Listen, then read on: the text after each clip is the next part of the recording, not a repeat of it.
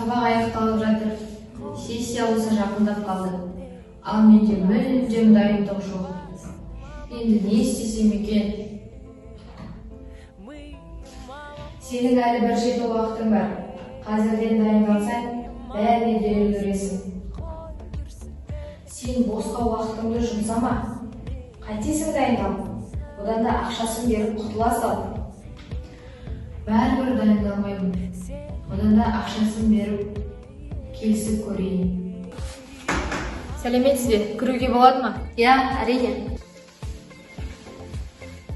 Не мәселеңде? Емтихан жақындап жатыр. Ал менің үлгерімімді өзіңіз де білесіз. Сол мәселемен келіп едім. Я, тыңдап тұрмын. Мүмкін келісерміз? Дариға, мен сенің үлгерімің қандай екенін білемін. Және бұл істеп отырғаның мүлдем дұрыс емес. Емтиханның басталуына әлі бір апта уақытың бар. Мына оқулықтарды ала отырып, сен осымен жақсы нәтиже шығарасың деген үміттемін. Дұрыс айтасыз. Мен қатемді түсіндім.